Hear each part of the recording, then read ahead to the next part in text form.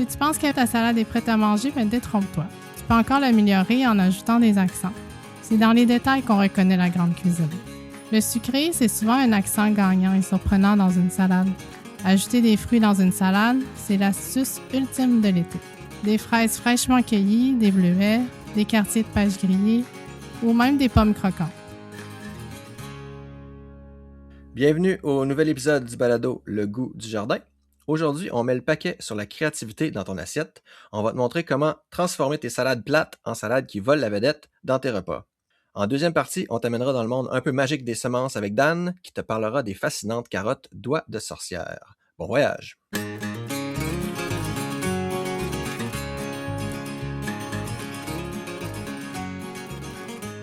Salut! Aujourd'hui, je vais te parler d'un monument de l'été, la salade. Plus précisément, je vais te parler de la salade pas plate, celle qui devient la vedette du repas, celle qui fait dire à tes invités « Wow, mais dis-moi donc qu'est-ce que tu as mis là-dedans ». Manger une salade repas, ça te permet de t'assurer d'avoir ta portion de légumes pour la journée. C'est bourré de vitamines et hyper versatile. Tu peux faire un repas avec ce que tu as sous la main, peu importe la saison. On est chanceux, les récoltes vont être de plus en plus abondantes au cours des prochaines semaines et tu auras l'embarras du choix pour composer tes salades. Là, tout de suite, on va maintenant apprendre à transformer tes récoltes en vrais chefs-d'œuvre. Donc, le numéro 1, c'est la base. On va commencer par le début. Oublie l'idée que la salade, c'est juste la laitue. Ça peut être de la laitue, mais ça peut aussi être d'autres légumes. Et si on parle de laitue, c'est très bien comme jardinier qu'il en existe une panoplie. Les choix sont multiples quand on se retrouve devant un présentoir de semences. Au lieu de te contenter de la laitue Boston classique, mélange les textures. La romaine pour le croquant, la feuille de chêne pour la douceur et surtout, vas-y fort avec le mesclun. Un bon mesclun maison, c'est un mélange de jeunes pousses de différentes variétés. C'est délicat, ça fond sous la dent, puis ton assiette ressemble soudainement à un plat de resto dans le confort de ton foyer. T'as pas de laitue sous la main? Pas grave. Tu peux sûrement trouver quelques carottes ou quelques concombres. Pour les carottes, oublie les rondelles ennuyeuses. Utilise un économe pour faire des rubans, des tagliatelles de carottes. Ou râpe-les finement. Pour les concombres, laisse la peau parce qu'on veut de la couleur et des vitamines. J'aime aussi utiliser le chou vert ou rouge. Finement émincé, ça fait une base solide qui ne ramollit pas, même si tu prépares ta salade à l'avance. C'est parfait pour un pique-nique. On peut aussi cuisiner la classique salade de pommes de terre et elle n'est pas obligée d'être noyée dans la mayonnaise. Utilise tes petites pommes de terre nouvelles du jardin, cuites à la vapeur, encore tièdes avec une vinaigrette. C'est une base consistante qui peut faire un délicieux repas quand il fait chaud. Une salade pas plate, c'est une salade qui te soutient jusqu'au souper. Pour ça, ça prend des protéines. Si tu as un restant de protéines de souper de la veille, ça te permet d'étirer la même protéine pendant plusieurs repas et de réaliser des repas économiques. Des lanières de poulet grillé ou de porc, des œufs d'un fermier près de chez toi ou de tes poules à la maison. Ça peut aussi être un restant de poisson comme un beau filet de saumon ou de truite grillée. Pour les végétariens, c'est pas vrai que les options sont limitées. On peut vraiment s'amuser. Les légumineuses, pois chiches, lentilles, haricots ajoutent de la texture. Le tofu mariné et poêlé est aussi délicieux. Personnellement, j'adore aussi les noix et les graines dans une salade. Noix de Grenoble, amandes effilées, graines de tournesol ou de citrouille. Fais-les griller 2 minutes à la poêle avant de les ajouter. C'est le petit goût de noisette qui fait la différence. J'aime aussi les faire caraméliser avec un peu de miel. Bref, amuse-toi. Je continue maintenant avec les fines herbes parce que c'est ici que ton talent de jardinier va briller. Les fines herbes ne sont pas des décorations. Ce sont des ingrédients à part entière. Il y a la ciboulette, mets-en de poignée. Puis n'oublie pas que les fleurs de ciboulette sont aussi comestibles et magnifiques. Il y a la coriandre. On l'aime ou on la déteste, mais elle apporte une fraîcheur exotique imbattable, surtout avec des saveurs asiatiques mélangées aux carottes par exemple, ou mexicaines avec le maïs, les concombres, les avocats, les tomates et les poivrons. Il y a aussi l'aneth. Je t'ai déjà dit que j'adorais l'aneth, mais je t'en parle encore au cas où tu n'aurais pas écouté tous les épisodes ou si tu n'es pas encore assez convaincu. C'est la meilleure amie de tellement de légumes, le concombre, la carotte, la courgette, même le radis. Si tu penses qu'avec tout ça, ta salade est prête à manger, détrompe-toi. Tu peux encore l'améliorer en ajoutant des accents. C'est dans les détails qu'on reconnaît la grande cuisine. Le sucré, c'est souvent un accent gagnant et surprenant dans une salade. Ajouter des fruits dans une salade, c'est l'astuce ultime de l'été. Des fraises fraîchement cueillies, des bleuets, des quartiers de pêche grillés ou même des pommes croquantes. Si tu n'as pas de fruits frais, les canneberges séchées ou les raisins secs font un excellent travail pour balancer l'acidité. En hiver, je vais même jusqu'à ajouter des agrumes et c'est délicieux. Pense aussi à la couleur et au petit côté piquant. On mange d'abord avec les yeux. Utilise tes radis de couleur, comme les radis melon d'eau ou les radis colorés, coupés en tranches transparentes. Pour le petit piquant, mise sur les verdures. La roquette, qui ajoute un petit goût poivré.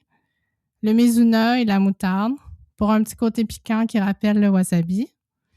Le pourpier, on le connaît comme étant de mauvaises herbes, mais il est délicieux, charnu et riche en oméga 3. Enfin, il y a les germinations de luzerne, de radis ou même de brocoli qui ajoutent une petite touche piquante et beaucoup de nutriments. La touche finale, c'est bien entendu la vinaigrette. Sans ça, c'est un peu plate. Arrête d'acheter des vinaigrettes parce que faire sa propre vinaigrette, c'est super facile. La règle d'or, c'est 3 doses d'huile pour une dose d'acidité. Tu peux varier les huiles, utiliser l'huile d'olive ou une huile de tournesol locale par exemple, et varier la dose d'acidité en utilisant différents vinaigres aromatisés, vinaigre de cidre, jus de citron ou autres. Ajoute ensuite ce que tu veux, puis amuse-toi. Une touche sucrée avec du miel ou du sirop d'érable, du sel et du poivre, de la moutarde de Dijon, des herbes, improvise. Mets tout ça dans un petit pot maçon, secoue bien fort juste avant de servir, et voilà, c'est frais et c'est prêt. Mais souviens-toi ce que tu as fait pour être capable de le répéter après, par exemple. Pour finir, je te présente quelques associations qui manquent jamais leur coup. Puis pour ça, on va jouer à un jeu. Dan et Fred, je pige un légume, puis vous me dites avec quoi le transformer en salade pas plate. Donc Fred, si je te dis carotte, tu me dis quoi? Avec les carottes, une idée, c'est carottes, coriandre et huile de sésame pour une salade d'inspiration asiatique. On peut y ajouter un peu de gingembre râpé pour ajouter une petite coche de plus. Une autre affaire que j'aime beaucoup avec les carottes, c'est râper en ruban avec des canneberges et une vinaigrette sucrée. Ça a l'air bon. Puis Dan, toi, si je te dis concombre, tu fais quoi avec? Alors, Sophie, je ne sais pas si ça compte comme une salade, mais quelque chose qu'on faisait quand mon fils était jeune, on coupait des concombres en rondelles et par la suite, on mettait un petit peu de ketchup sur chaque concombre, puis il adorait ça. En fait, il trouve ça encore intéressant comme idée. Mais on peut aussi prendre du concombre, de l'aneth et yogourt nature, un classique méditerranéen type tzatziki, ultra rafraîchissante quand il fait vraiment chaud dehors. Ah, c'est une bonne idée, ça. À mon tour maintenant, je vais dire le chou. Donc, moi, je mélangerais le chou avec des pommes et des noix de cajou ou des pacans. Donc, ça fait un mélange croquant et coloré en variant le rouge du chou avec le vert des pommes ou l'inverse. Donc, un chou vert avec des pommes rouges. On change comme on veut. J'adore ce jeu-là. On devrait sortir ça au prochain barbecue. C'est certain que tout le monde à la ferme va vouloir jouer. Donc voilà, tu as maintenant toutes les cartes en main pour transformer tes récoltes en salade vraiment pas plate et satisfaisante. La prochaine fois que tu iras au potager, ne regarde pas juste tes légumes comme des éléments séparés, mais imagine-les déjà dans ton bol à salade. N'oublie pas, la seule règle en cuisine et au jardin, c'est de s'amuser. J'espère que je t'ai inspiré pour ton souper et que tu sauras maintenant regarder les différentes variétés de laitue offertes en pensant déjà aux résultats dans ton assiette. Bon jardinage et surtout, bon appétit! Le goût du jardin est présenté par la ferme coopérative Tournesol. Chez Tournesol, on veut t'aider à réussir ton jardin et on t'invite à profiter de ce moment pour mettre la main sur notre guide de plantation A à Z, un outil précieux pour ta saison de jardinage qui t'offre l'essentiel pour bien démarrer au jardin. Le guide couvre 76 légumes, fleurs et fines herbes, classés par ordre alphabétique. Pour chacune d'entre elles, tu trouveras toutes les informations de base. Quand planter, à quelle fréquence planter et l'espacement idéal pour tes plants. C'est un super guide de référence pour te donner confiance et t'inspirer pour tes semis de printemps. Et le meilleur dans tout ça, c'est qu'il est complètement gratuit. Télécharge ta copie dès maintenant à l'adresse fermetournesol.qc.ca/guide. Tu trouveras aussi le lien dans les notes de l'épisode. Ce balado est aussi présenté par le programme de panier bio de la ferme Tournesol.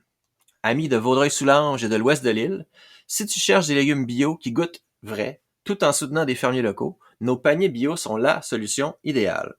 De mai à novembre, reçois près de chez toi une explosion de fraîcheur. Légumes, fruits, fleurs et même des œufs. On offre beaucoup de flexibilité. Tu peux choisir tes légumes, échanger ceux que tu aimes moins et gérer tes vacances en un clic. Rejoins plus de 700 familles qui, comme Angèle, qui est membre depuis 2018, trouvent que Tournesol rend leur quotidien plus heureux. Angèle nous avait dit « Trouver Tournesol, c'était comme un rêve qui devenait réalité. Tout me rend si heureuse. » Parce que la vie est trop courte pour manger des légumes d'épicerie, joins-toi à nos paniers bio. Les inscriptions sont déjà ouvertes pour la saison qui débute à la dernière semaine de mai. Rends-toi sur fermetournesol.qc.ca/bio pour réserver ta part de récolte. Tu trouveras aussi le lien dans les notes de l'épisode. Maintenant, revenons à notre programmation principale avec l'histoire de semences de Dan.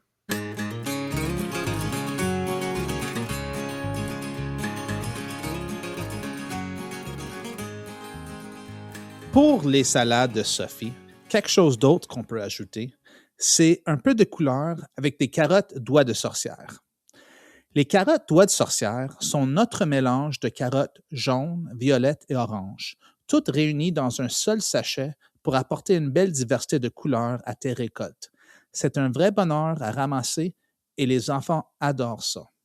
Sophie, es-tu une amatrice des carottes rouges et violettes? Oui, et moi, mes préférées, là, c'est les carottes mauves parce qu'elles sont encore oranges au centre. Donc, quand on les coupe en tranches, on voit vraiment le mélange de couleurs, puis c'est super beau. Et toi, Fred? Moi, j'aime beaucoup l'effet qu'ils ont sur les enfants. C'est toujours le fun de donner des crudités multicolores puis que les enfants les dévorent en quelques instants. Est-ce que vous aimez les manger crus ou cuits?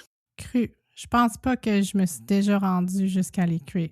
T'as déjà tout mangé. Chez nous aussi, ça se mange cru davantage. J'aime beaucoup entendre ça parce que parfois le monde trouve qu'ils ont un goût un peu plus prononcé que les oranges. Puis si c'est le cas, vous pouvez toujours les cuire. Mais c'est fun que l'enthousiasme peut porter à adorer ces légumes. Pour réussir tes carottes au jardin, tu peux les semer dès que le sol est dégelé. Espace tes rangs de 20 à 30 cm et dépose une semence tous les centimètres. L'un des secrets, c'est de bien les arroser quand elles sont jeunes. Il faut aussi être vigilant avec les mauvaises herbes. Les carottes prennent 6 à 10 jours pour germer et poussent lentement au début. Les herbes indésirables peuvent vite prendre le dessus. Il vaut mieux désherber tôt que trop tard. Je te conseille de semer des carottes toutes les 2 à 4 semaines pour avoir une réserve continue de racines de taille parfaite. Si tu les laisses en terre trop longtemps, elles continuent à grossir et deviennent des monstres. Peut-être sont comestibles, mais ils ne sont pas aussi bons que s'ils sont la taille parfaite. Tu peux semer tes carottes jusqu'à la fin du mois de juillet et récolter jusqu'à ce que le sol gèle. D'ailleurs, après les premières fortes gelées, tu remarqueras que les carottes deviennent encore plus sucrées. On a l'habitude de voir les carottes en orange, mais c'est assez récent dans l'histoire. À l'origine, les carottes étaient violettes et jaunes et venaient de Perse, l'actuel Iran et l'Afghanistan. La carotte orange que l'on connaît bien a été développée et popularisée aux Pays-Bas au 16e et 17e siècle. Nos doigts de sorcière représentent donc toute l'histoire des couleurs de la carotte, même si elles sont probablement bien plus sucrées que celles d'il y a 1000 ans. Mais au fait, comment est-ce que notre mélange de carottes a eu son nom? À la ferme Tournesol, quand on allait au marché de Sainte-Anne-de-Bellevue, on faisait pousser des rangées de différentes couleurs de carottes qu'on mélangeait en bottes. On les appelait des carottes arc-en-ciel. Un jour, un enfant de 10 ans a regardé nos légumes et a dit à sa mère qu'on aurait dit des doigts de sorcière. Je me suis penché vers lui et j'ai confirmé « Ce sont des doigts de sorcière ». On les appelle comme ça depuis ce jour-là. Si tu veux récolter tes propres semences de carottes, il y a un défi à relever. En plus d'essayer de les voler à la sorcière sans qu'elle ne te jette un sort éternel. D'abord, les carottes sont des plantes bisannuelles. Tu dois les faire pousser la première année, les garder au frais dans ton frigo pendant l'hiver, puis les replanter au printemps pour obtenir des fleurs et enfin des semences en deuxième année. Elles ressemblent un peu à des graines d'aneth sur des ombelles, mais un peu plus rudes à récolter et à nettoyer. Si tu as envie d'un peu de sortilège dans ton potager, agite tes doigts de sorcière et sème ces carottes multicolores. Merci d'avoir été à l'écoute de cet épisode du balado Le goût du jardin. J'espère que tu as maintenant toutes les astuces pour faire des salades vraiment pas plates et utiliser tes récoltes pour créer des repas complets et savoureux. Et maintenant que tu connais l'histoire des carottes doigts de sorcière, j'espère que tu oseras les mélanger à tes prochaines aventures culinaires. Un grand merci à Molly Brisebois pour le montage de cet épisode. Ne manque pas notre prochaine parution jeudi prochain. On va aborder le thème des petits visiteurs indésirables qui vont bientôt commencer à venir s'alimenter sur nos cultures au jardin. Abonne-toi au balado sur ta plateforme favorite pour être sûr de rien manquer. Et d'ici là, continue d'expérimenter en cuisine et au jardin. Et bon premier semis!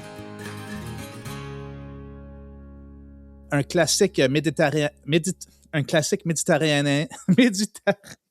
Wow.